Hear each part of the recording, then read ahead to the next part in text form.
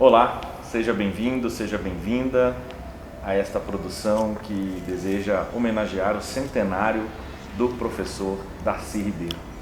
Eu, com muita alegria, estou aqui hoje com o professor Luiz Síveres para conversar sobre uma importante obra do professor Darcy. Professor Luiz Síveres, a obra de Darcy Ribeiro, O Povo Brasileiro, é um lampejo de luz em meio à fragilidade intelectual brasileira, educacional brasileira. Por que essa obra é tão relevante? Joaquim, é um prazer estar contigo e celebrar o centenário de Darcy Ribeiro, recuperando principalmente esta obra, O Povo Brasileiro, que é um clássico. E a gente se perguntaria por que essa obra é um clássico? Em primeiro lugar, pela temporalidade dele. Ele se dedicou mais ou menos 30 anos para escrever essa obra. Então tem uma dedicação, uma temporalidade que justifica essa obra ser clássica. O segundo lugar é um pouco mais a espacialidade. O Darcy Ribeiro fez uma opção de se situar no Brasil e na América Latina e, a partir dessa ótica, fazer esta obra, O Povo Brasileiro.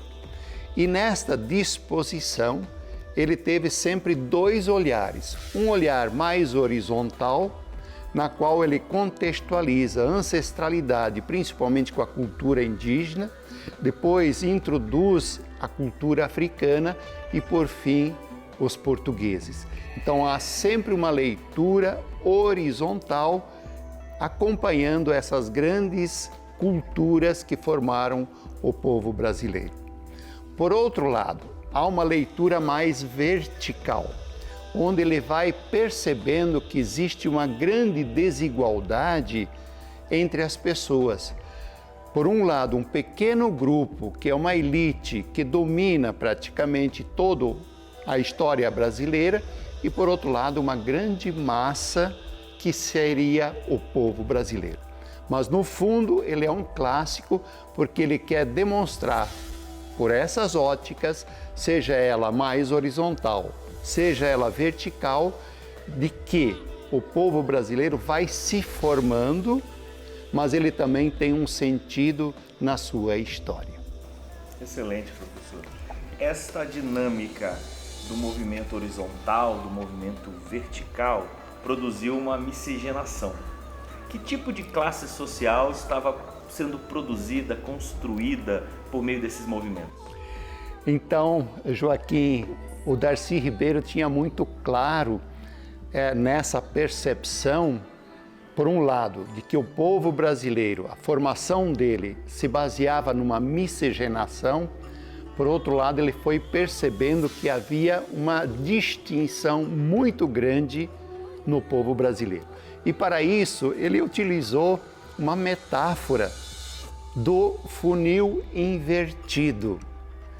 Normalmente nós usamos o funil dessa forma, mas ele alega e fundamenta de que o povo brasileiro, a cultura nacional, é quase como um funil invertido, onde na pirâmide existe, por um lado, o patriarcado, que domina a questão econômica, e do outro lado, o patriciado, que domina a questão social. A princípio, eles são antagônicos, mas no fundo, eles são complementares para se manterem na pirâmide social e econômica. E depois vem as outras classes sociais, que eles chamam de subalternos, e chega principalmente nessa grande classe social, que é o povo que está marginalizado, que está excluído e que hoje nós poderíamos dizer que é o povo irrelevante. Qual que é a proposta dele? É voltar ao funil novamente?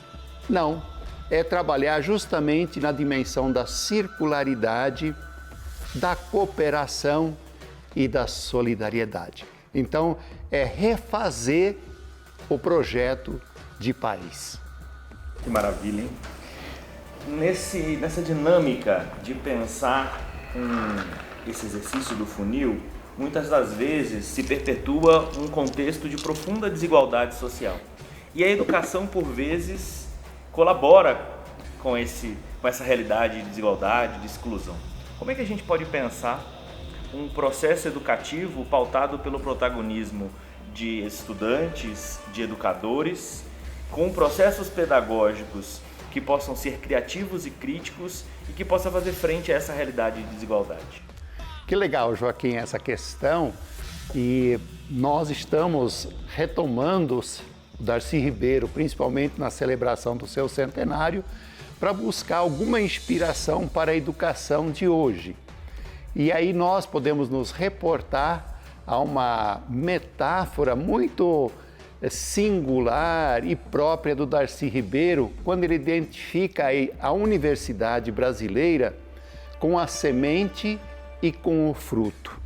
Então ele argumenta de que a universidade brasileira ela é muito mais fruto e menos semente.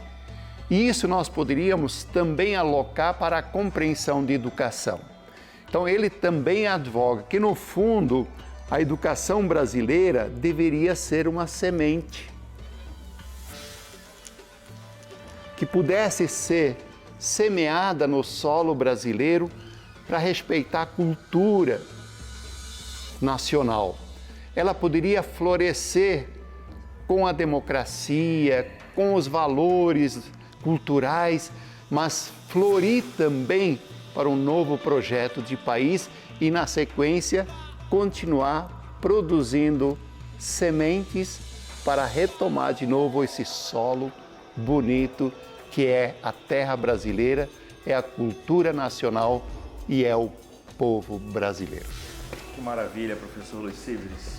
Muito grato pela tua presença. Sigamos pensando em educação e florescendo a esperança.